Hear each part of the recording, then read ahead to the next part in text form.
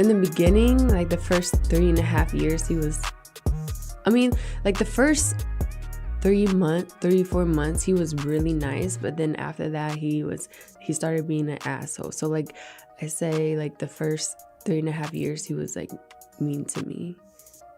So when you say mean, describe it. He was abusive. He was like always belittling me and always like, he was like mentally, emotionally, and physically abused.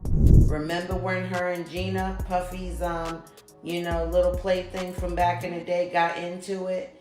And this is what she wrote to her: if I wanted you to blank, Diddy would have had you on your knees, right?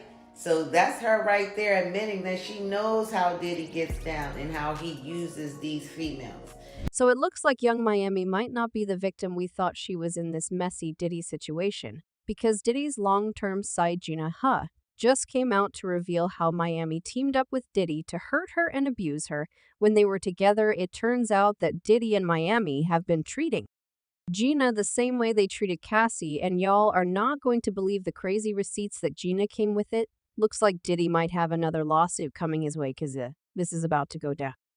Because Miss Gina has officially declared war. That young Miami who was popping all type of you can't hear a mother word out of her mouth now.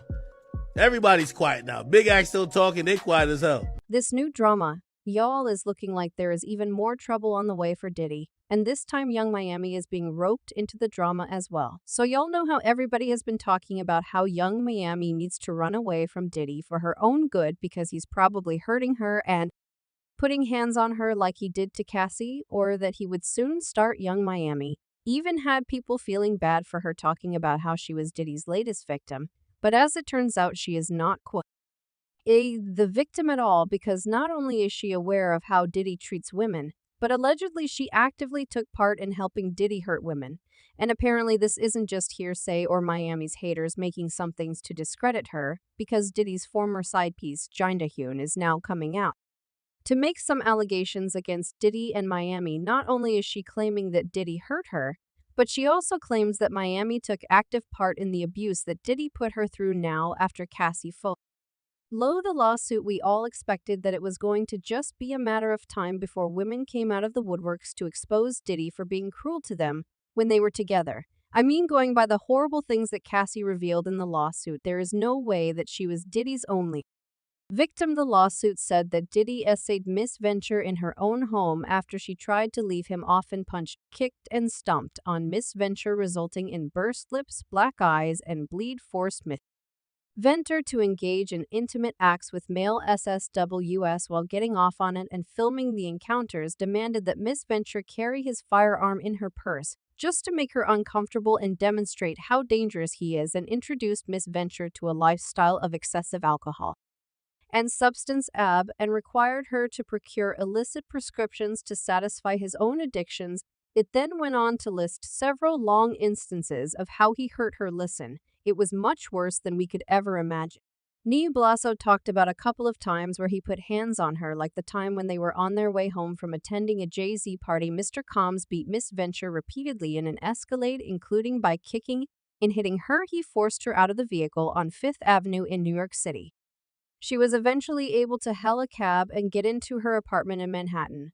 There's also the time when Cassie spoke to a music manager in a club without Diddy's permission, and he was furious it was not.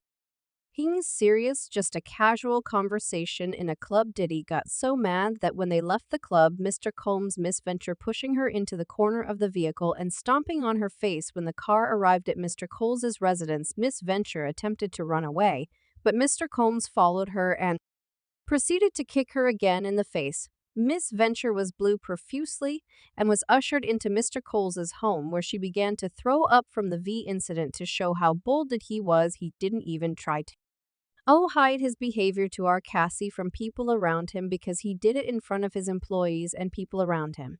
But he didn't need to, because he had everybody so intimidated that they were too scared to do anything to help Cassie. The lawsuit said these were witnessed by Mr. Combs, staff and employees of Bad Boy Entertainment and Mr. Coles's related businesses, but no one dared to speak up against their frightening and ferocious boss. They also went on to say that Diddy was simply obsessed Ed with controlling Cassie, and he would do anything to keep her under his control, even if it meant that he had to keep her drugged up to make sure that she did everything he wanted her to. Cassie claimed that Diddy used to trick her into taking drugs, saying that he would manipulate her into taking the drugs even though she didn't want to. She also claimed that he was addicted to pain pills, and whenever his legal supply of pain pills ran out, he would force her to help him score more pills. Talk about could control. Did he even made sure that he had access to her medical records, like the time she had to have an MRI done because Diddy had been putting his hands on her and giving her so many drugs to the point where she was starting to lose her memory. But that's still not all, because the lawsuit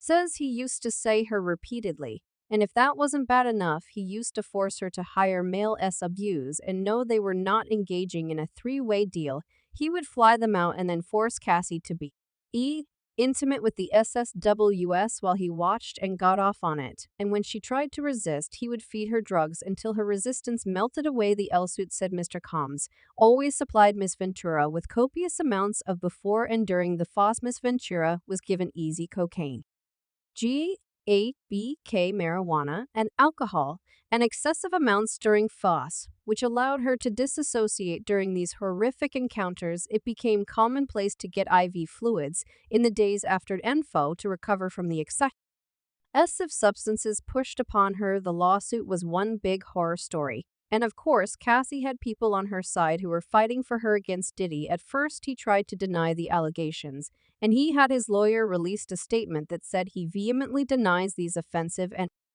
outrageous allegations. Miss Venter's demand of $30 million under the threat of writing a damaging book about their relationship was unequivocally rejected as a blatant blackmail. Despite withdrawing her initial threat, Miss Venture has now resorted to filing a lawsuit riddled with baseless and outrageous lies, aiming to tarnish Mr. Coles's reputation and seeking a payday. However, Diddy and Cassie ultimately decided to settle out of court, and Cassie released a statement saying, "I have decided to resolve this matter amicably on terms that I have some level of control. I want to thank my family, fans, and lawyers for their unwavering support."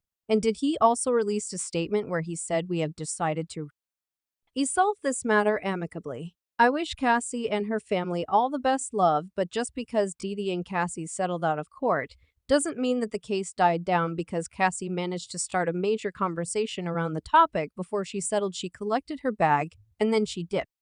And this seems like a pretty smart move, but like I said, the conversation is still ongoing. At first, people were talking about how young Miami needed to get away from him for her own safety because he hurt her too really badly, and how she was probably the victim and all that stuff. However, Jenna Hugh, one of Diddy's former side pieces, is now coming out to reveal that Miami is not the victim we all thought she might be. Now, things between Gina and Miami have always been very toxic and messy because they kept coming for each other extra hard on social media.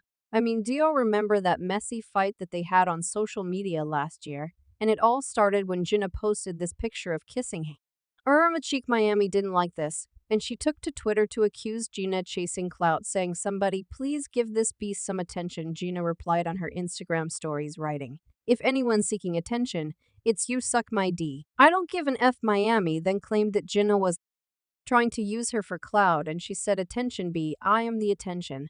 Let's be clear, notice me please B, go sit down. We see you, relax. It's okay, you've been around for years, you've been waiting on this moment. If he can't make you famous B, I ain't arguing with no B that got cheap lint ball carpet in their house effing on a billionaire, you freaky B." Gina responded to Miami, writing, "Why you so pressed, mama? I thought you was a city girl." Miami hit back saying, "I ain't, that's why I F with your man and ain't coming off him.